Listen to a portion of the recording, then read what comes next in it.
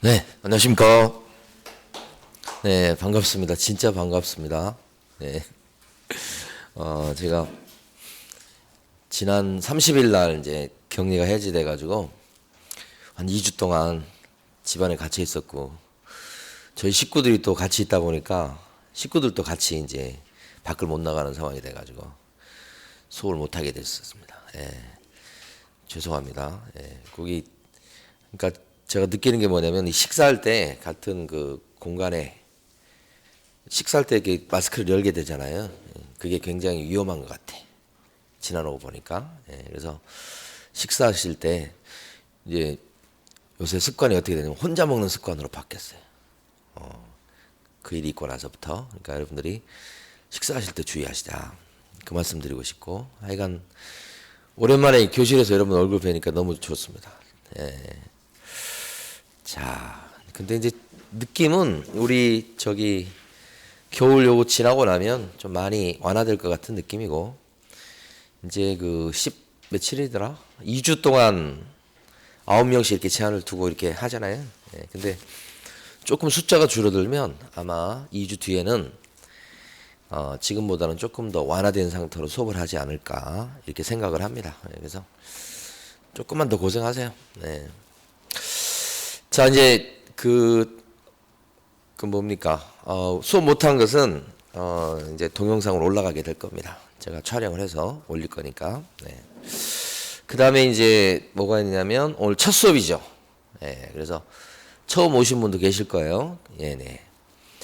제가 맡고 있는 과목은 공인중개사법이라고 그래가지고 2차 과목이 들어갑니다. 그래서 40문제가 출제돼요. 그래, 여러분들이 아신 분은 아시겠습니다만은 제가 맡고 있는 과목이 3편으로 나눠져요. 1편이 공인중개사법이에요. 그 다음에 2편이 거래, 부동산 거래 신고 등에 관한 법률이에요.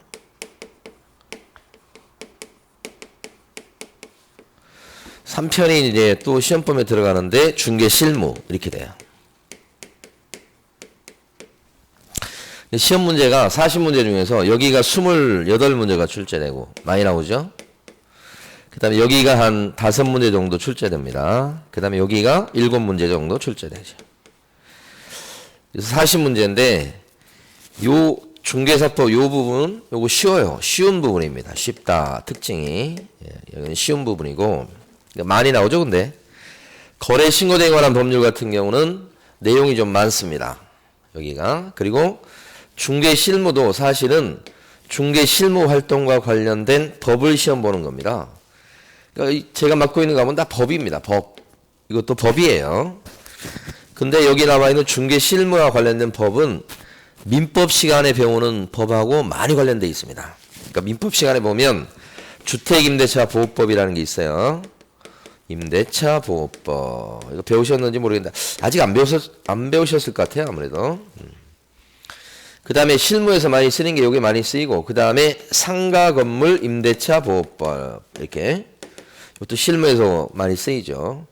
그러니까 실무 활동과 관련된 법이니까 얘도 시험범위 들어가고 얘도 시험범위 들어가고, 그 다음에 경매 이런 것들도 시험범위에 들어갑니다. 민사집행법이라는 법이 있어요. 그런 것들을 일부 배웁니다. 이렇게. 그러니까 이게 이제 사실 민법하고 많이 관련돼 있어요. 그래서 민법을 열심히 하시잖아요. 그 민법 시험범위에 들어가는 것들이 다 이런 것들이라고요. 그러면 중개 실무 점수도 올릴 수 있어요. 이렇게. 근데 공부하는 그 강도로 봤을 때는 여기하고 여기가 어렵습니다. 두 파트가. 여기가 상대적으로 좀 쉬운 편이고. 그래서 여기서 이제 안정적으로 점수를 따야지만, 여기를 조금 이제 넘어서야지만 좋은 점수를 받게 되는 것이에요. 자, 그러면 첫 시간인데 우리가 이제 1, 2월 달, 한 3, 4월 달까지는 여기서부터 진도를 나갑니다. 쉬운 부분부터 나가고, 이제 그렇게 한 2번 정도 돌고 나면 한 5월 달 정도부터는 이제 요약집도 가지고 수업할 텐데, 그때는 책 순서에 관계없이 여기서부터 진도를 나갈 겁니다. 요렇게, 요렇게, 요렇게. 왜냐면 여기가 더 중요하니까요. 자, 그러면 여기서부터 이제 갑니다. 중개사법 여기 보면 내용 자체가 이제 1장이 나와요. 1장. 페이지로 수로 보면 43페이지 한번 보시면 나옵니다. 1장 총설이라고 돼 있어요. 총설. 이렇게. 총설 이렇게 되면 43페이지인데 왼쪽에 보면 왼쪽 페이지에 총설이라고 나오는 거예요. 여기 내용 중에 처음에 나온 내용이 뭐냐면 역사에 대한 내용이 나와요. 역사. 네. 가만히 보면 좀 역사를 좀 알아야지만 과거를 알아서 앞으로 이제 어떻게 진행될 건지를 조금 예상할 수 있게 됩니다. 네. 그래서 저는 이제 하여간 많이 관심 있는 분야가 뭐냐 이렇게 얘기하면 사람마다 틀릴 수 있는데 제가 관심 있는 분야는 운동 이런 게 아니고요. 그것도 운동도 잘하는 사람들이 관심이 있더라고. 못하는 사람은 아예 관심이 없어요. 예. 자, 제가 관심 있는 분야는 역사. 그 다음에 다시 이제 대학 가서 공부한다 그러면 좀 공부하고 싶은 게 심리학.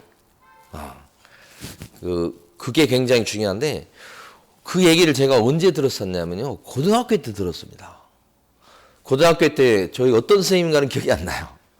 그 선생님이 여러분 앞으로 인생 살려면 역사 공부하고 그 다음에 심리학을 공부하라 그랬어요. 근데 도대체 뭔 소리요? 그랬거든요.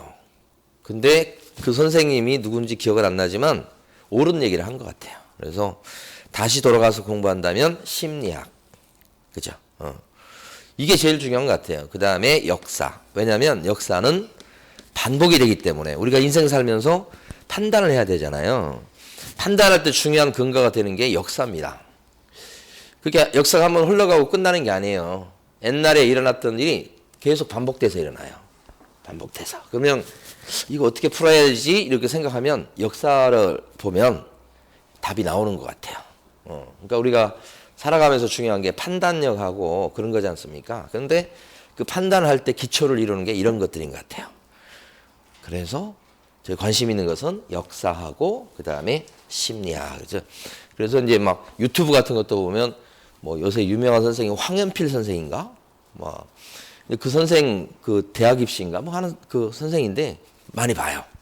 근데 우리가 학교 다닐 때 배웠던 내용들은 그보다 조금 좀 자세한 내용을 강의하더라고. 저희 배웠을 때보다. 그래서 굉장히 제가 귀를 쫑긋하고 이렇게 수업을 듣습니다. 심리학에 대한 관련된 내용들도 유튜브에 보면 많이 나와요. 그걸 모르고서는 성공할 수가 없다고 그렇게 생각됩니다. 그리고 역사가 처음에 나와요. 그 다음에 이제 두 번째가 뭐냐면 이제 법을 만든 목적이 두 번째 나옵니다. 세 번째가 뭐냐? 용어가 나와요. 용어. 자, 네 번째 이제 우리 뭐가 나오냐면 중개 대상 물건이 뭐가 있지? 이게 나와요. 이 중개 대상 물건은 쉽게 말씀드리면 여러분 표현대로 하면 부동산입니다. 부동산. 중개해 주는 게 부동산이잖아요. 소개해 줄 것이. 그래서 요 내용이 1장에 들어가 있고 시험 문제는 2문제에서 3문제 정도 출제가 되는데 이건 시험에 나온 적이 없어요. 그런데 주로 요거하고 요게 출제되고 그 중에서 용어 부분이 어려운 부분이에요. 그러니까 오늘 배우는 내용 중에 가장 핵심은 용어입니다. 용어. 요거. 목적은 1조에 나오는 건데 나올 때도 있고 안 나올 때도 있고 옛날에 한 3년에서 4년 정도 나왔다 이렇게 보는데 3년, 4년마다 한 번 정도씩. 그러니까 전혀 안 나오는 부분은 아닙니다. 용어는 매년 한 문제 이상 출제됩니다. 한 문제 아니면 2문제. 그 다음에 중개대상 물건은 3조에 나오는 건데 한 문제 나오는데 여기는 쉽게 출제됩니다. 내용이 어렵진 않아요. 자, 그럼 역사부터 보도록 합니다. 역사에 대해서는 여러분 43페이지 왼쪽 페이지 밑에 가면 박스가 있지 않습니까? 그 박스 내용을 좀 보려고 해요. 박스. 그죠?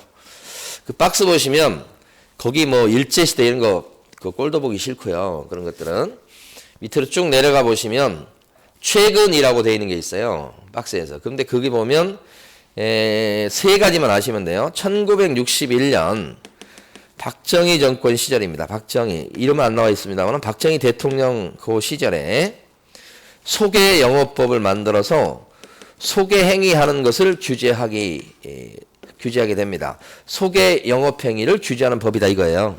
근데 우리나라가 이제 사실은 요때 이 소개영어법은 일본의 법을 그대로 번역한 겁니다. 그런 거 보면 우리가 사실 일본 영향을 되게 많이 받았고 일본을 많이 본을 떴어요. 그러니까 처음에 이제 하는 거 보면 역사를 가만히 보면 첫 단계는 모방입니다. 모방. 어쩔 수 없어요. 그대로 모방을 떠요. 근데 그 모방한 것을 그 다음에 창조적으로 발전시키느냐 모방에 그치느냐에 따라 가지고 뭐라 그러죠? 그게 결정되는 거예요. 그러니까 아무리 우리가 처음에 아무것도 몰랐을 때는 일본도 본따고 미국도 본따겠죠. 그리고 나서 이제 그 다음 단계가 중요한 거예요. 그걸 그대로 발전시키지 못하고 모방만 하면 이게 발전이 없는 거고요. 거기서 모방을 하고 나서 그 다음에 창조적인 게 나오면 발전하는 거예요. 그래서 가만히 보니까 우리가 세계 1등 국가가 될 것 같은 느낌이 들어요. 가만히 보면 미국이나 일본하고 좀 차원이 다른 그런 걸 하고 있어요. 근데 우리나라 사람들이 가장 중요한 특징이 빨리빨리 이거잖아요. 그래서 빨리빨리가 좋을 수도 있고 나쁠 수도 있는데 가만히 보면 이게 좋은 측면이 더 많은 것 같더라고. 그래서 외국에서는 이런 뭐 코로나 방역 이런 것 유명하지만 그 관련해 가지고 대응하는 것 보면 속이 터진대요. 근데 우리는 신속하게 대응을 하고 외국에서 하는 것들보다 더 앞서서 진보적, 그러니까 발전적으로 이렇게 대응을 하는 것 같아요. 근데 꼭 이것만 그런 게 아니고 다른 산업도 그런 것 같아. 처음에는 본탔지만 이제는 뭐 반도체라든지 이런 것들이 그 외국에서 좀 따라올 데가 없을 정도로 우리나라가 막 1등, 2등 해버리잖아요. 그러니까 우리가 지금 영토가 조금 적고 그 다음에 인구가 조금 적어서 그렇지 우리 애 많이 낳아야 돼요. 그래가지고 1억을 넘겨야 돼요. 응? 그래도 저는 밥값을 했습니다. 2명 낳았으니까. 근데 1명 낳는 사람들이 많잖아. 그럼 인구가 줄잖아요. 왜 둘이 합쳐져가지고 1명을 낳아요? 둘이 합쳐서 최소한 2명은 낳아야지. 더 안 좋은 것은 결혼 안 한 사람들 있잖아요. 그러면 자기 밥값을 못 하는 거잖아요. 그래서 저는 젊은 분들 보면 빨리 결혼해서 최소한 2명은 낳아야지. 나라가 이게. 그렇지 않으면 우리가 어떻게 돼요? 인구를 수입할 수밖에 없어요. 이 지탱이 되려면. 예? 그러면 또 문제가 많이 생기겠죠. 그러니까 하여간 결혼해서 애를 많이 낳읍시다 이거지. 어쨌든 일제시대 법을 베꼈거든요. 그러니까 형편 없었겠죠. 그래서 이때는 어쨌든 간에 하여간 법이 있는 게 하여간 희한한 시절이에요. 이 당시에. 그래서 이때는 부동산도 소개했고요. 그 다음에 동산도 소개했고, 그 다음에 직업 소개도 했고요. 직업 소개. 그 다음에 남편도 소개했고, 이런 식으로 해서 모든 소개 행위를 했던 그런 장소가 소개영업소입니다. 흔히 얘기하는 복덕방. 근데 그걸 규제하는 법이었으니까, 뭐 이건 처음으로 만들어진 법이다 이렇게 볼 수 있어요. 어떻게 보면. 근데 좀 형편없었다 이렇게 볼 수 있어요. 이러다가 이제 거기 보면 83년도에 83년 또는 84년이라고 써져 있는데 이게 왜 그러냐면 83년도에 12월 30일 날 법이 땅땅땅 해서 국회 통과한 거예요. 그럼 시행은 84년도 1월 1일부터 시행해요. 그러다 보니까 이제 84년 이렇게 쓰는데 뭐 그건 연도는 그렇게 중요하지 않고요. 전두환 대통령 시절이에요. 이때 부동산 중개업법을 만들었어요. 부동산 중개업법 이렇게. 제가 처음 강의했을 때는 부동산 중개업법이라고 해서 제 맡고 있는 과목이 원래 중개업법이었어요. 원래는 83년도부터 이렇게 불렀습니다. 그러니까 특징이 뭐냐? 공인중개사 시험제도를 처음으로 도입한 거예요. 그래서 일회 시험을 85년도에 시험을 봤어요. 왜냐하면 2년마다 보게 돼 있었어요. 그럼 84년도에 법이 시행돼가지고 84, 85, 85년도에 1회 시험 이렇게 되는 거죠. 초창기에는 2년에 한 번씩 보다가 우리 IMF를 겪으면서 매년 보는 걸로 바뀌었고 지금도 매년 본단 말입니다. 그래서 지금 이제 합격생이 많이 나오죠. 지금 자격증 딴 사람이 한 40만 정도 될 겁니다. 굉장히 많아요. 근데 40만 중에 가만히 보면 요 사무실 오픈하고 사장님 되신 분이 10만이 안 됩니다. 8만, 9만 이렇게 되고요. 사장님들이 오픈하신 분들이 그 다음에 이제 한번 써먹었다가 이거 내 길이 아니다 해서 접으신 분이 되게 많은 거예요. 그러니까 제가 생각할 때는 한 절반 정도는 벌써 이 자격증이 없어졌다고 보시면 돼요. 돌아가셔서 그런 게 아니고 이 중개업 이쪽으로 관심이 없으세요. 그런 분들이 한 절반. 자격증 가지고 이렇게 오픈하지 않고 취직하신 분들이 또 계실 거 아니에요? 그런 분들이 제가 볼 때는 한 10만 정도 되지 않겠는가. 예? 그렇게 돼서 한 절반 정도만 써먹고 있다고 생각하시면 돼요. 절반은 앞으로도 쓸 일이 없을 거예요. 예. 자, 어쨌든 시험제도가 처음으로 만들어졌고, 그 다음에 이제 마지막이 99년도예요. 99년도 이때는 언제냐면 김대중 정권 시절이고, 가만히 보시면 여기 IMF 바로 직후입니다. 직후. 그래서 이제 이때는 그때도 부동산 중개법이라고 불렀어요. 그러다가 이제 뒤에 여기 정확히 일치하는 건 아닌데 이때하고 일치하지 않는다는 겁니다. 정확히 일치하는 건 아닌데 공인중개사법 시절이 돼요. 그러니까 요렇게 바뀌었다고 생각하시면 돼요. 근데 특징은 뭐냐? 이때 특징은 83년도는 이 중개업을 하려면 허가를 내야 할 수 있었어요. 허가증이 있어야 돼요. 그죠? 요건 신고합니다. 이때 소개영업법 시절은 신고하면 할 수 있어요. 이때는 신고하면 누구든지 할 수 있었던 시절. 이렇게. 요새 보면 요 뭐 식당 영업하신 분들은 가게 가면 영업 신고증 걸고 해요. 그거 아니고 무슨 뭐죠? 이런 차를 파는 데도 마찬가지입니다. 차. 예. 그런데도 영업 신고증을 걸고 영업을 하시는 거예요. 그러니까 우리 소개영업은 신고증을 걸고 영업했던 시절이 요때다. 근데 요때는 이제 허가증 걸고 해야 되는 허가증. 허가가 이게 받기가 더 어려운 겁니다. 허가를 받는 업종은 우리 이제 요 건물 지하에 있는 게 정확히 뭔지는 모르겠어요. 그래서 하도 변형된 형태가 많기 때문에 단란주점이라면 허가 받아야 돼요. 그 다음에 여기 한국관 있죠? 이건 뭐예요? 이거 허가 받아야 돼요. 이건 신고 갖고 안 되는 거예요. 그러니까 규제가 센 거예요, 이게. 얘보다. 자, 그 다음에 이제 요 김대중 정권 시절에는 어떻게 하냐면 자격증 제도는 그대로 유지합니다. 그리고 나서 요때 등록을 내야 할 수 있다. 이렇게 된 거예요. 등록. 그 등록이라고 하는 것은 허가보다는 좀 약한 거예요. 신고보다는 세고.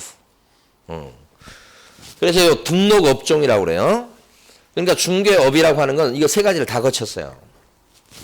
여러분이 앉아 계시는 학원은 등록업종이에요. 학원. 그다음에 여러분들이 젊은 분들이 잘 가시는 PC방 있죠? 등록업종이에요. 응? 또 젊으신 분들이 많이 가는 노래방 있죠?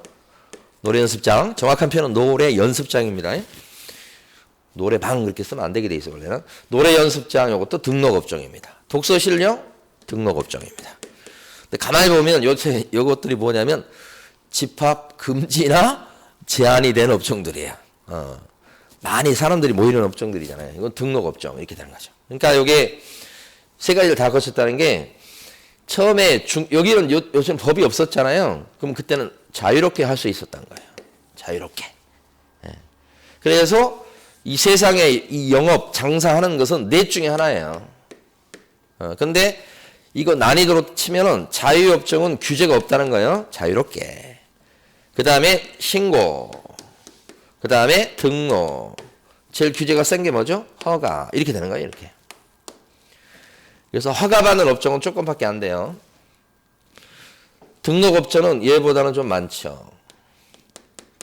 그죠? 신고업종은 더 많죠. 자유업종은 됐다 많죠. 이렇게 나가요. 그러니까 대부분 이제 자유업종이 많아요. 그래서 이제 뭐 신발가게 옆에 가보면 신발가게 무슨 만들어진 거 파는 데 있잖아요. 옷가게 이거 전부 다 이거예요. 꽃집도 저 뒤에 있는 꽃집도 다 이거예요. 철물점 이거. 등 만들어 파는 뭐죠? 등 이런 거 파는 데 있잖아요. 이런 것도 다 이거죠. 이거 식당 얘기하면 이렇게. 그러면 중개업이라고 하는 것은 처음에 이거였다가 요거였다가 점프해서 요거였다가 그 다음에 이렇게까지 온 거잖아요. 그죠? 역사적으로 이렇게 가져온 거지. 역사 그렇게 흘러간다는 거죠.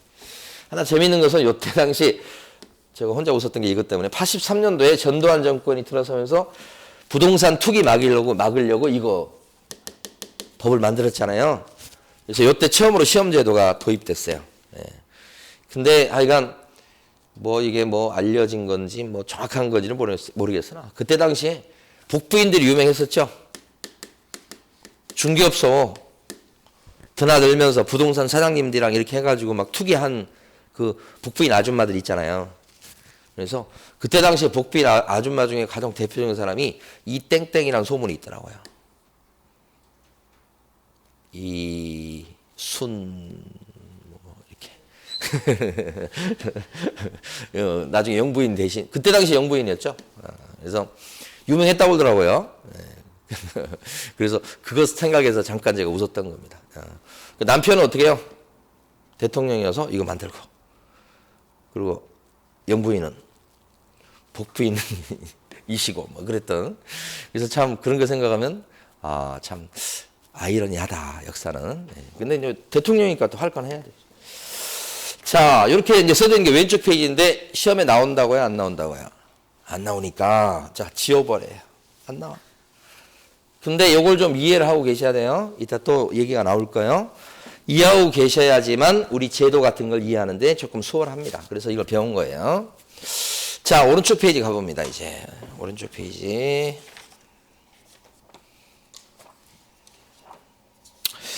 43페이지 가보시면 오른쪽 페이지 있죠? 여기서 잠깐 하나 보고 갈 게 있습니다. 그걸 보고 갈게요. 여러분 시험범위 진짜 43페이지입니다. 자, 여러분들이 이제 보면 법이 어떻게 되어 있냐면 법을 공부하시는데 법의 종류가 여러 가지가 있어요, 여러분. 법은 다 똑같은 법이 아니에요. 법률이라고 하는 게 있어요. 법률. 이 법률은 국회가 만든 법이에요. 법은 법인데 국회가 만든 법을 법률이라고 불러요. 이렇게. 그런데 법을 국회에서만 만들진 않아요. 우리 생각할 때, 야, 국회는 법 만드는 데지 이렇게 생각하죠. 맞아요. 근데 국회만 법을 만드는 게 아니에요. 정부에서도 법을 만들어요. 정부. 이 정부를 행정부라고 표현합니다. 원래는. 근데 이제 우리 쉽게 얘기하면 정부 이렇게 얘기하는데 정확한 명칭은 행정부예요. 근데 어쨌든 정부에서도 법을 만드는데 정부에서 만드는 법을 부를 때 명령이라고 불러요. 그러면 이 명령이란 말이 군대에서 야 이거 가져와 이렇게 하면 명령이라고 생각하시면 안 돼. 법률 용어예요. 거의 안 쓰는 법률 용어예요. 교과서에만 나오는 얘기예요. 정부에서 만드는 법을 뭐라고 부르자? 명령. 국회에서 만드는 법을 뭐라고 부르자? 법률. 이렇게 하는 거예요. 이거 싹 법이에요. 이렇게. 법 중에 뭐가 있냐면 여러분이 들어보셨을 것 같은데 조례라는 거 들어보셨나요? 서울시 조례에 따르면 뭐 이런 게 있잖아요. 이 조례도 법이에요. 근데 그 조례는 누가 만들었냐? 지방의회에서 만들어요. 요건 중앙의회라고 해야 되나요? 이거고 요 지방의회는 서울시의회 이런 거예요. 거기서 만든 법을 뭐라고 불러요? 조례다 이렇게 하는 거죠. 그 다음에 이게 이런 표현 자체가 이게 교과서에 나온 표현이 돼서 좀 어려워요. 규칙이란 말이 또 있어요. 그냥 듣고 잊어먹으세요. 이것도 법이에요. 제일 끄트머리에 있는 법을 규칙이라고 불러요. 이건 누가 만드느냐? 쉽게 말씀드리면 서울시장 이런 사람이 만드는 거예요. 여기 같은 경우는 은평구청장 있죠? 은평구청장이 만드는 법을 규칙이라고 그래요. 이렇게. 이게 법 중에 최고로 힘이 센 법은 뭐예요? 헌법이에요, 헌법. 그래서 여기 제일 힘이 센 거. 그래서 헌법재판소가 있잖아요. 그 법은 여러분이 이해를 하실 게 이걸 다 기억해야 되는 게 아니에요. 이해하실 게 뭐냐면 법은 이렇게 피라미드 구조예요. 그러니까 위에 있는 법이 센 법이에요. 그러니까 이 법률이 헌법에 위반되면 위헌이 되는 거예요. 위헌. 응? 헌법에 위반된다는 게 이렇게 된다는 거 이해하시고 시험에 나오는 건 아니에요. 근데 자 여기서 이제 한가에 나가서 아실 게 이거예요. 여기 보면 이거예요. 요걸 아셔야 돼. 명령인데 정부가 만든 법을 명령이라고 하는데 정부에서도 대장이 대통령 아니에요. 대통령이 만드는 법을 이렇게 불러요. 대통령령 이렇게 불러요. 대통령의 명령이라는 뜻이에요. 이것을 다른 말로 할 때 시행령이다 그런 뜻이에요. 그러면 시행령이 무슨 뜻이냐면 이 법률을 국회에서 만들었는데 그 법률을 시행하기 위해서 만든 명령이다 이 뜻이에요. 그래서 시행령이라고 부르는데 이 시행령이란 말과 대통령령이 같은 말, 그죠? 같은 말. 요걸 아셔야 돼요. 근데 이러한 명령은 정부 중에서 대통령이 만들 수 있는 게 대통령령이지만 실제는 장관들이 이러고 저러고 하거든요. 그 장관이 만든 법을 이제 부르는 이름이 있는데 장관이 많잖아요. 그런데 이 부동산 중개업과 관련된 부서는 어디냐면 국토교통부예요. 아시는 것처럼. 그래서 국토교통부 장관이 법을 만들어요. 그걸 이제 이번에 국토교통부 장관 바뀌었잖아요. 국토교통부령 그렇게 불러요. 보건복지부 장관이 만들면 보건복지부령 이렇게 해요. 기획재정부 장관이 만들면 기획재정부령 이렇게 하는 거예요. 끝에 영자를 붙여요. 근데 이게 뭐하고 같은 뜻이냐면 시행규칙하고 같은 거예요. 이렇게 부르면 얘하고 얘가 같다. 그죠? 이렇게 부르면 같다. 요걸 알아두셔야 돼요. 그래서 일부러 자세히 설명 안 드리는 게 이 규칙이란 말과 이 규칙이란 말은 틀리는 거예요. 달라요. 이게 훨씬 높은 법이에요. 시행규칙이. 이거 제일 밑에 있는 거예요. 자, 이제 잊어먹으시고 여러분이 아셔야 될 게 뭐냐면 여러분 시험법인은 법률하고 대통령령하고 국토교통부령까지가 여러분 시험법이다. 이런 거고 이 말이 같은 말이라고 하는 것은 알아두셔야 돼요. 같은 말. 그래서 요게 주로 시험법인데 이걸 줄여서 부를 때 어떻게 부르느냐. 자, 여러분들 많이 부를 거예요. 법률 플러스 명령을 법령이라고 해요. 들어보셨나요, 혹시? 법령은 어쩌고, 법령이란 말을 많이 써요. 그 법령이라는 것은 법률 플러스 명령의 뜻이에요. 이게 합쳐진 말이에요. 법령이다. 여러분 시험범위가 법령이에요. 법령. 그죠? 그래서 옛날에 제가 맡고 있는 과목을 중개업법령 이렇게 했었어요. 중개업법령. 옛날에는. 지금은 이제 공인중개사 법령 그러겠죠. 법령은 법률 플러스 뭐라고요? 명령. 이렇게 되는 거지. 그러니까 요것도 이제 기본적으로 알고 계시라. 오늘 보면 네모 2번이요. 네모라고 표현할게요. 네모 2번이 공인중개사법이 요거예요. 그 다음에 네모 3번이 제목 보시면 공인중개사법 뭐라고 돼 있어요? 시행령이라고 나왔죠? 그 같은 말을 뭐라고 부른다고요? 대통령령 이렇게. 그 다음에 네 번째 보시면 시행규칙이라고 나왔죠? 시행규칙. 같은 말로 뭐라고 불러요? 국토교통부령이다. 이렇게 부르자고요. 이렇게 됐습니다. 자, 그 다음에 이제 넘어가십니다. 쭉 넘어가셔서 어디 가시냐면 47페이지 가십니다. 자, 47페이지가 요겁니다. 드디어 목적 왔습니다. 여기서부터는 이제 진짜 시험범위에 들어가는 겁니다. 여기까지는 모르셔도 괜찮아요. 자, 근데 일종 목적. 요건 시험범위에 들어가는 거예요, 드디어. 자, 어디를 밑줄 그으시냐면 그 중간에 회색 바탕 박스에 있는 그 두 줄 있죠? 그걸 밑줄 긋습니다. 자, 읽어볼게요. 법을 만든 목적이 뭐냐? 네 가지예요, 네 가지. 자, 이 법은 공인중개사의 업무 등에 관한 사항을 정하여 이렇게 돼 있죠? 정하여까지 끊어서 읽으셔야 돼요. 정하여 이렇게. 자, 공인중개사의 업무 등에 관한 사항을 정하여 이렇게 돼 있어요. 자, 공인중개사의 업무에 대해서 정한다. 공인중개사의 업무라는 게 뭘까요? 이걸 하나 이해하셔야 돼요. 이 법을 통해서 공인중개사의 업무에 대해서 정한다. 그 공인중개사의 업무가 뭐예요? 소개시켜주는 거죠. 그것을 위에 써보세요. 중개업이다. 이걸 이해하셔야 돼요. 그러니까 공인중개사의 업무가 뭘까요? 그러면 중개업이지 이런 뜻이에요. 그러면 이 법을 통해서 뭘 정하는 거죠?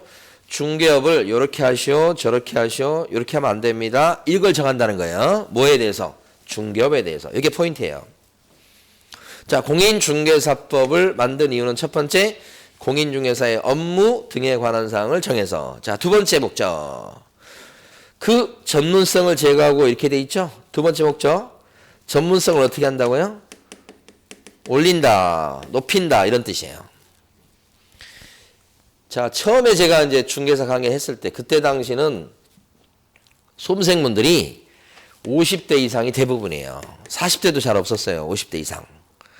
그러다가 좀 있으니까 그 다음에는 이제 40대, 30대가 줄을 이루는 그런 시장이 된 거예요. 시장 변화를 제가 쭉 보니까 초창기에는 연세가 좀 높으신 분들이 50대, 60대, 뭐 70대 이렇게 공부하셨다가 그 다음에 주력이 30, 40대가 이제 주력이 됐었. 이런 시절로 바뀐 거예요, 이제.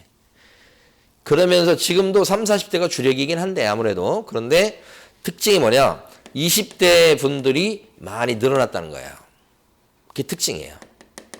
그러니까 제가 이제 저거 나름대로 그냥 감으로 생각해 보면 초창기는 이제 어르신들이 많았어요. 근데 이제 30, 40대가 주를 이룬 요때, 예? 그리고 나서 최근은 여기가 주를 이룹니다만 20대가 많이 늘었다는 게 특징이다. 그러면서 변화를 뭘 느끼냐면 이때부터 많이 이제 느끼는 거지만 예를 들어서 수험생들의 수준이 올라간 거예요. 이때부터. 제가 볼 때는. 그래서 뭐 지점장 하신 분 나와서 하시고 그다음에 군 거기서 막 대령 하시고 이런 분들 은퇴하시고 하시고 선생님 하셨다가 나와서 또 하시고 뭐 다양합니다. 증권회사 다니시다가 또 뭐 중간에 또 명예퇴직 하시고 나와서 하시고 이런 분들. 예. 제가 옛날에 한번 그 종로 수업 했을 때요. 그때도 참 오래전입니다. 지금 시간 지나 보니까 그때는 강의실에 이렇게 쭉 있으면 강의실이 한 강의실이 무조건 한 200명은 돼요. 그러면 등록은 한 230명 받아요. 왜 결산하는 사람이 있으니까. 그래서 등록을 딱 받으면 230명 받아도 딱 200명 딱 차요. 그러면 이제 처음에 첫 주 때만 강의실이 넘쳐나요. 왜요? 230명 받았으니까 230명이 올 거 아니에요. 그러면 이제 막 이거 옆에 한 칸 띄고 두 칸 띄고 이거 없어요. 그때 당시 다 칸마다 다 앉아야 돼요. 이렇게. 해가지고 200석이 다 차고 못 들어온 사람은 밖에서 의자 갖다 주면 밖에 그 복도 같은 데서 좀 앉아 있다가 첫 주만 그렇게 해. 뭐 두 번째 주 되면 이제 빠지는 사람이 나오잖아요. 그때는 딱 200명 딱 채워서 한 달 정도 지나죠. 그러면 이제 자리가 비기 시작해. 이렇게. 예. 그러니까 한 반에 230명 이렇게 받아갖고 200명 진행하고 이렇게 했던 거예요. 그런 반이 학원에 한 반, 두 반, 세 반 있는 거예요. 대단하죠. 그랬던 시절이 있었던 거예요. 예. 근데 그걸 말씀드리려고 하는 게 아니고 그때 어떤 거냐면 우리 반에 어떤 수강생분인데 갑자기 이제 한 여름쯤 됐는데 저한테 와가지고 저기 혹시 몇 학번이냐고 물어보는 거예요. 그래서 순간적으로 느낌이 왔죠. 몇 학번이라고 물어봐가지고 그래서 이제 이렇게 얘기를 나누다 보니까 저희 대학교 선배님이에요. 그것도 같은 학과 선배님이에요. 그러니까 저보다 한 그때 당시로 봤을 때 한 10살 정도 위니까. 근데 그분이 증권회사 다니다가 퇴직하셨더라고. 그래가지고 이제 얘기를 나누고 아니 같은 학과의 선배니까요. 그냥 같은 학교의 선배도 그렇지만 같은 학과의 선배니까 그것도 법대 선배니까 어떻게 했어요? 옛날에는 그냥 같은 수강생이다 이렇게 생각했지만 그 다음부터 수업 시간에 들어가면 그 선배님만 눈에 띄고 말이 잘 안 떨어지고 법대 출신이잖아요. 그 선배님 같은 경우는 사실 집에서 그냥 혼자 공부해도 되실 분이에요. 근데 학원을 나오신다고. 왜?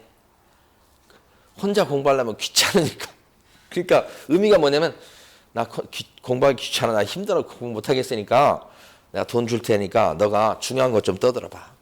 그럼 내가 그거 좀 이렇게 쉽게 공부하는 게 목적인 거예요. 학원 나오는 이유가. 그러지 않고 그냥 뭐 혼자서 공부하려고 그러면 그거 어떻게 다 분석하고 이렇게 하면 그거 그러면 너무 힘들잖아요. 그래서 능력이 있음에도 불구하고 학원비 내가면서 나오는 거예요. 그리고 왔다 갔다 하면서 올 여름은 학원 나오셨잖아. 근데 집에서 이렇게 혼자 이렇게 해가지고 공부해가지고 잘 공부가 힘들어요. 뭐 공부를 막 깊이 있게 하든 어쨌든 간에 왔다 갔다를 해야 되는 거예요. 그래야 힘이 덜 들어요. 그냥 기계적으로 아침 눈 뜨면 밥 먹고 학원 가서 일단 수업 듣고 이걸 그냥 하는 거예요. 그 자체가. 하루도 빠짐없이. 그게 합격으로 가는 지름길이에요. 그 뭐 혼자 공부해서 합격을 못해서 무조건 학원 가야 돼. 그게 아니고 혼자 공부해도 합격할 수 있어. 그런데 뭐야? 1년 공부하는 거예요. 1년 최소한. 그럼 1년 공부할 때 좀 힘을 덜 들이고 공부하려고 하는 거예요. 그게 하원 나오는 이유잖아요. 예. 지금 못 나오고 계시지만 조금씩 나오기 시작할 거예요. 근데 어쨌든 왔다리 갔다리 하는 게 중요한 거예요. 그래서 이제 가만히 느껴보는 게 뭐냐면 이 수험생들의 수준이 많이 올라갔어요. 그만큼 또 자격증 따신 분의 수준이 올라간 거예요. 그래서 전문성을 높여주겠다는 거지. 두 번째 목적입니다. 자, 세 번째 목적. 또 끊어 읽으셔야 됩니다. 자, 중개업을 건전하게 육성한다. 이런 표현 나왔죠? 둘째 줄에 건전하게 키워주겠다는 겁니다. 무엇을 건전하게 키워주겠다? 무엇을? 중요한 단어가 왔잖아요, 지금. 부동산, 뭘요? 중개업을. 그렇죠? 이게 중요합니다. 무엇을 건전하게 육성하려고 한다고요, 지금? 부동산, 중개업을요. 응? 응. 대답을 하셔도 괜찮은데 왜 대답을 안 하실까? 이건 합법적인 수업인데 지금. 네? 9명까지는 수업을 들을 수 있잖아요. 합법적인 수업인데 왜 대답을 안 해? 불법도 아닌데. 저번에는 우리가 불법을 해갖고 그때 대답하면 안 돼요 그랬지만 지금은 아니잖아요. 자, 그러니까 요게 중요한 단어. 근데 이거 어디서 왔죠? 여기서. 이거 중요하다고 그랬죠? 업무, 중개업. 이것을 건전하게 키워주겠다는 거지. 그렇죠? 자, 네 번째 목적이 나옵니다. 마지막 목적. 뭐죠? 국민 경제에 어떻게 한다고요? 이바지함. 국민 경제에 보탬이 되게끔 하겠다. 국민 경제가 제일 중요한 겁니다. 예? 예. 그러니까 이게 지금 가만히 생각해 보면 지금 최근에 지금 막 또 약간 뭐 좀 시위 비슷하게 그 뭐 필라테스 하신 분이라든지 아니면 헬스장 하신 분들 같은 경우에 못 살겠다 이렇게 나오잖아요.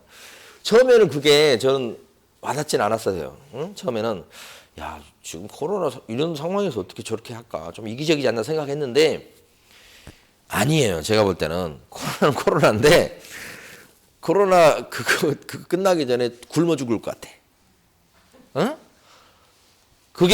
이게 더 본질적인 거예요. 사실은 임대료 내야 되잖아요. 근데 지금 이번 달에 벌어들이는 돈이 없어요. 다 막아놔서. 그러니까 코로나도 코로나지만 코로나 그거 이전에 굶어 죽겠다 이렇게 되는 거지. 그만큼 경제가 중요한 겁니다. 경제가. 그러니까 사실 이거 어떻게 하면 코로나를 갖다가 한 명도 안 나오게 만들 수 있냐면 전부 다 집에 들어가서 격리시켜버려. 밖에 나오지를 아무도 통금이야 통금. 누구도 밖에 나오지 마. 초창기에 그렇게 한 나라도 있어요. 나오지 마. 그러면 안 생기지. 근데 문제는 그렇게 하면 경제가 죽잖아요. 그렇죠? 그러니까 이게 지금 양날인 거예요. 감염병이라고 합니다. 감염병을 막는 거 하고 경제를 활성화시키는 거잖아요. 두 개가 이게 대립구조가 있는 거라고요. 그러면 두 개를 이것만 막으면 돼요? 아니죠. 이것도 막으면서 경제도 살려야 되는 거예요. 이건 두 마리 토끼인데 두 마리 토끼를 무조건 다 잡아야 되는 거예요. 그러니까 어느 정도 요게 잡히면 이거 살살 풀어주고 그런 게 어쩔 수 없이 나와야 돼요. 이게 좀 생기더라도. 그래서 이제 정부 정책을 펴는 사람들은 이것만 가지고 펴는 건 아니단 말이에요. 이것도 생각이 된다고. 그래서 어느 정도 잘 해낼지는 우리가 좀 지켜봐야 됩니다만은 이게 그런 관계에 있다는 거죠. 그래서 경제가 1등이요. 사실은 국민 경제. 그래서 목적 요거 네 가지만 읽어보시고 자 처음에는 요걸 좀 읽어보시고 나중에 시험 직전에는 좀 암기도 하셔야 돼요. 지금은 이제 읽고 넘어가면 됩니다. 자, 그 다음에 넘어갑니다. 교재는 어디 가시는가? 49페이지.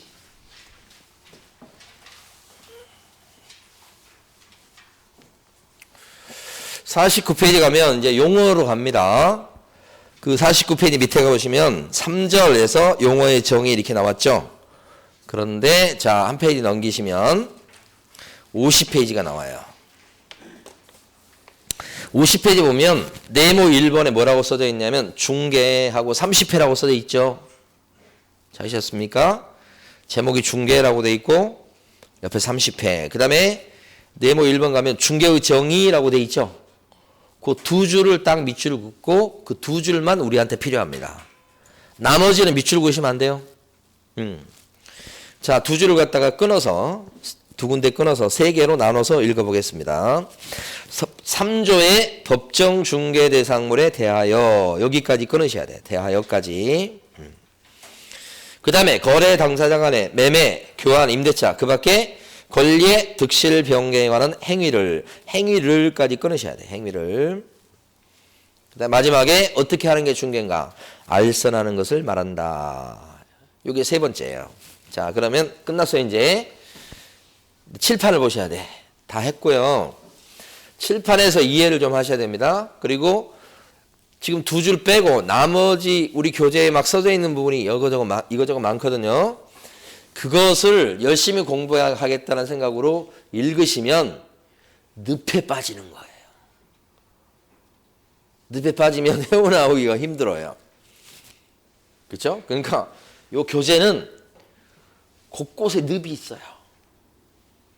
그래서 저의 늪에 빠지지 마시라고 읽지 마시라고 말씀드려요. 시험에도 나오지도 않아요. 근데 교재를 쓰다 보니까 막 어려운 말을 해서 옆에 해놔. 그리고 또 뒤에 나오는 얘기인데 앞에 또 쓰는 경우 되게 많아요.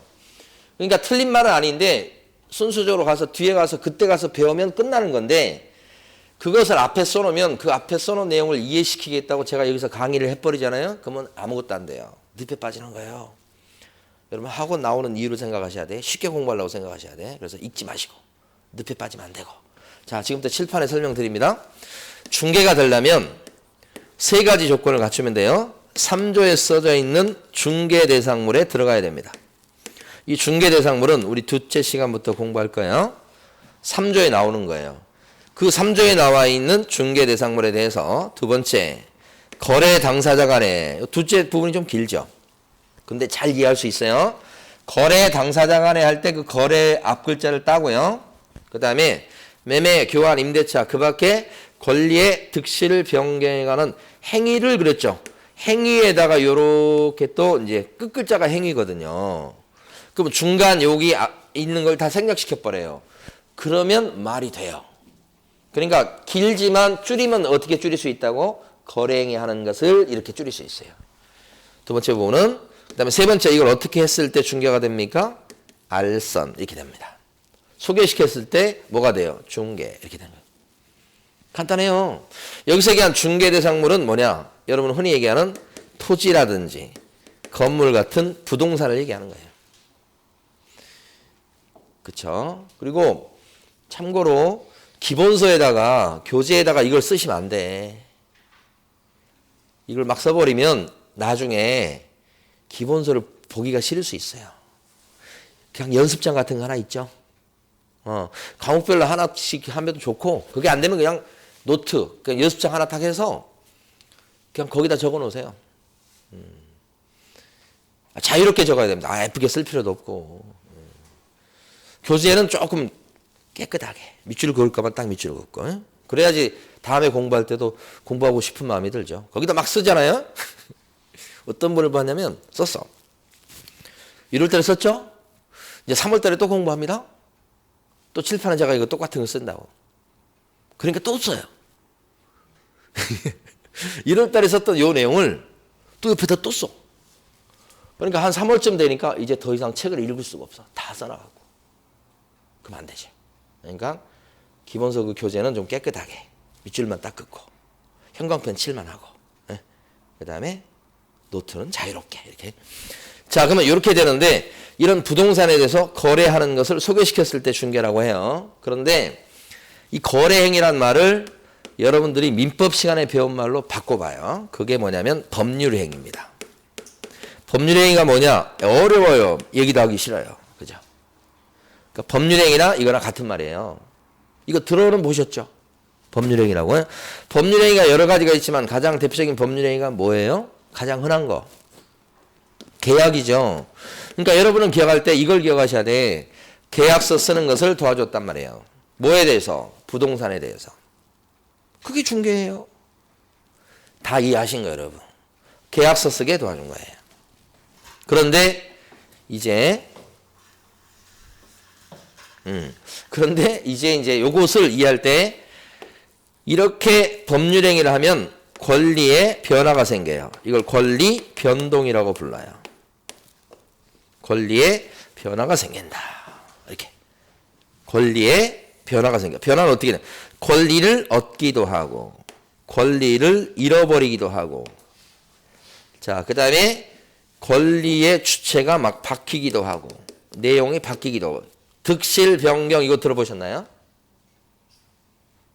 득실 변경, 권리의 득실 변경 이걸 줄여서 뭐라고 불러요?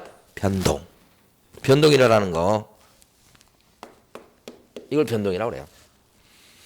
그래서 이걸 이해하시는데 이게 뭐냐면 민법 총칙 내용이에요. 민법 총칙은 저희 배울 때 법률 행위, 권리 변동 이게 한 장이에요. 한 장. 그러면 계약 중에 가장 대표적인 게 매매 계약이에요. 계약금 치러요 매수인이. 계약서 쓰면서 중도금도 치르고 잔금도 치릅니다 매수인이. 그리고 매수인은 잔금 치렀을 때 집을 파는 매도인이 어떻게 해요? 등기할 수 있는 서류를 주겠죠. 그 매수인은 잔금 치르고 이제 어떻게 돼요? 잔금 치르고 등기 서류를 넘겨받아요. 그래서 등기를 쳐요 매수인이. 그러면 어떻게 돼요? 매수인은 드디어 임자가 되죠. 소유권 취득. 매도인은 어떻게 됩니까? 소유권을 잃지요. 매도인은 이제 소유권자가 아니에요. 매수인이 소유권자가 되는 거고. 그러니까 소유권자가 바뀌어버렸죠. 그런 변동이 일어났어요. 소유권 변동이. 왜 그런 거예요? 그렇게 하기로 약속을 해서 된 거예요. 계약은 순 우리말로 하면 약속이에요. 약속. 매도인이 소유권을 넘겨주고 매수인이 소유권을 넘겨받기로 한 약속을 한 거죠. 그 약속을 어떻게 했죠? 지킨 거죠. 약속 언제 중도금 치르고 언제 잔금 치르고 그래서 서류 언제 주고 약속한 거잖아요. 그 약속을 어떻게 해요? 지켜나간 거죠. 약속 지키는 걸 뭐라고 불러요 여러분? 어려운 말로? 혹시 이런 거 들어봤나요? 계약의 이행이라는 거 들어보셨어요? 이게 약속 지키는 거예요. 이행하면 너 약속 지켜 그러면 계약을 이행해 이 말하고 똑같은 거예요. 약속 지켜. 왜 약속하고 다르게 해? 약속 지켜. 계약의 이행. 이행이 뭐예요? 중도금 치르고 잔금 치르고 등기 내고 등기 서류 주고 이거 이행이지. 그래서 이 말이 저 학교 다닐 때 이게 무슨 말인가 했었어요. 근데 이제 나중에 졸업하고 나니까 아, 이 말이 이 말이구나 이렇게 깨닫게 되더라고. 그러니까 이게 지금 매매계약을 체결해서 소유권 변동이 생기고 또 그 다음에요. 계약 중에 실무적으로 많이 하는 계약이 전세계약이에요. 전세 뭔지 아시죠? 전세계약. 보증금 3억에 전세를 얻었어요. 그러면 보증금 3억을 집어넣잖아요. 보통 전세 같은 경우 금액이 크지 않는다면 보통 계약금하고 잔금으로 바로 들어가요. 중도금 없이. 근데 이때 전세 얻었다 요것은 사회적인 표현이야. 전세 얻은 것을 교실에서 법조문에서 하는 표현으로 바꾸면 요게 여러분들이 어려운 거예요. 우리 저기 그 현장에 가면 전세 얻었다고 그래요. 근데 교실에서는 시험 보실 때는 교실에서는 임대차 계약을 체결했다고 그래요. 이게 같은 말이에요. 그러니까 이런 것들이 이제 법을 공부 안 하신 분들은 좀 힘든 거예요. 우리는 전세 얻었다고 그러는데 시험제는 그렇게 안 나와요. 임대차 계약을 체결했다 이렇게 나와요. 같은 말이에요. 같은 말. 그래서 전세 얻었다. 보통 매매 아니면 전세 아닙니까? 보통 중개업소에서 이거 아니면 이거 해주는데 이게 더 많죠. 그러면 여기서 보면 등기해요 안 해요? 아니, 매매는 등기를 치잖아. 그래야 이제 권리 변동이 생기잖아. 여기요. 임대차 계약은 등기해요 안 해요? 주인들이 등기부에 등기될 수 있도록 협조하면 등기가 될 수 있으나 주인들은 자기 등기부에 스크래치 나는 걸 싫어해요. 그러니까 협조 안 해서 이 등기가 안 돼요. 등기가 안 돼도 보증금 3억에 2년 동안 아파트를 빌리기로 한 사람은 그 약속에 따라서 그 아파트를 쓸 수 있는 권리인 임차권이 생겨요. 임차권이 생겨요. 등기 없이도 생겨.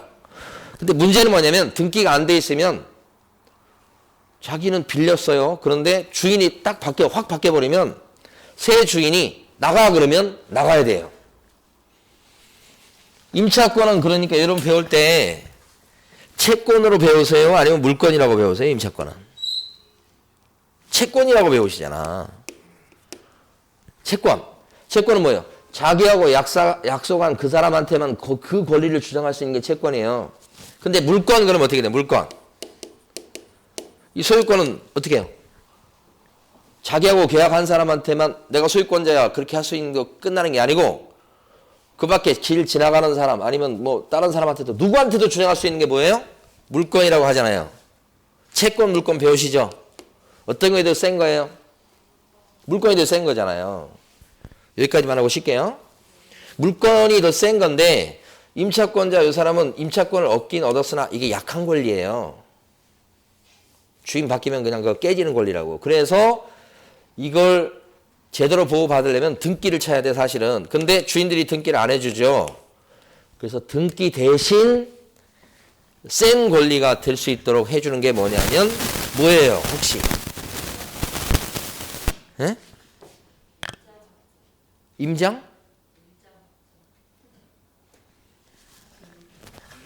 주민등록이에요. 주민등록.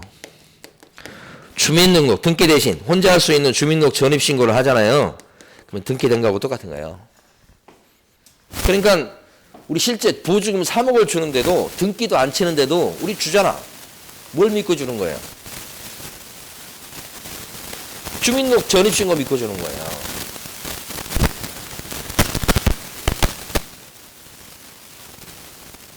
우리가 왜 그러지?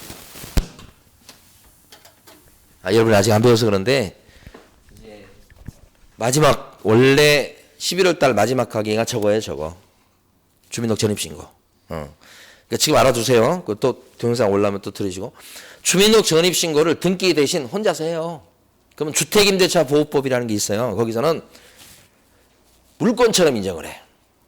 그러니까 혹시 집주인이 바뀌어도 나 임차권자야. 나 주민등록 돼 있어. 못 쫓아냅니다. 계약기간 2년 동안은. 계약기간 2년 하면. 그러니까 좋지. 세입자한테 유리한 거죠. 그러니까 주인들이 하도 등기를 안 해주니까 등기 말고 혼자서 할 수 있는 법을 발명했다. 그래서 요거 되면 이제 센 임차권이 되는 거예요. 센 거. 이거 안 돼 있으면. 그래도 임차권이에요. 근데 약한 임차권. 이렇게 되면 센 임차권. 이렇게 되는 거예요. 누가 약한 임차권을 하겠어요? 센 임차권 하지. 그래서 주민등록 전입신고 이거 갖고 보호해준다. 이거지. 하나만 더요.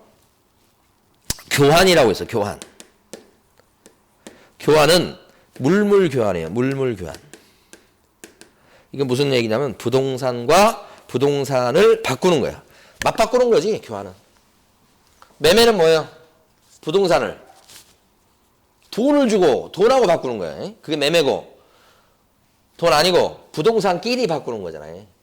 아파트 주인과 땅 주인이 있어. 둘이 서로 바꾸기로 했어. 그게 교환 계약이에요. 그래서 계약금을 치르고 자, 이건 지울게요.